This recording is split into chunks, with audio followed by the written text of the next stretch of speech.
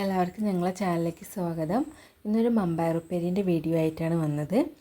മമ്പയർ വേവിക്കാൻ വേണ്ടി ഞാൻ കുക്കറിലാണ് വെക്കുന്നത്. അതിലേക്ക് ഒരു പച്ചമുളകും കുറച്ച് മഞ്ഞൾപ്പൊടി, ആവശ്യത്തിനുള്ള ഉപ്പ്, കുറച്ച് വെള്ളം, അത് മമ്പയർ മുങ്ങി നിൽക്കുന്ന രീതിക്ക് ഞാൻ വെള്ളം ഒഴിക്കുന്നുണ്ട്. ഒരു 3-4 വിസിൽ വരുത്തുന്നുണ്ട്.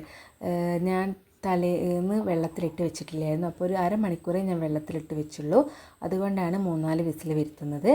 ഇനി അതിലേക്ക് വറവിന് ആവശ്യമായിട്ട് വെളുത്തുള്ളി നന്നാക്കി എടുക്കുകയാണ്.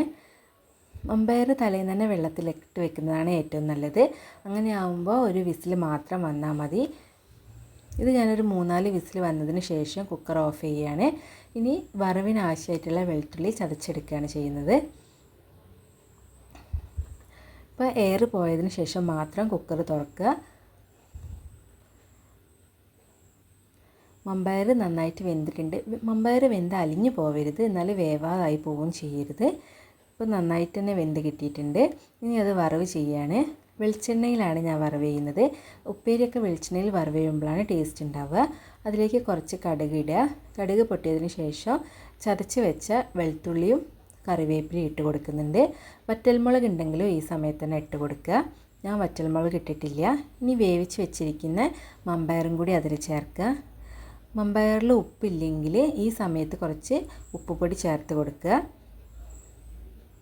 നന്നായിട്ട് മിക്സ് ചെയ്യുക. വറ്റൽമുളക് ഇടാത്തതുകൊണ്ട് തന്നെ ഞാൻ കുറച്ച് മുളക് പൊടി ചേർക്കുന്നുണ്ട്. ഇപ്പോൾ ഇതാ ഇവിടെ ഉപ്പേരിയൊക്കെ റെഡി ആയിട്ടുണ്ട്. അപ്പോൾ ഇത്രയൊക്കെയുള്ള വീഡിയോ. അടുത്ത വീഡിയോ ആയിട്ട് പിന്നെ കാണാം.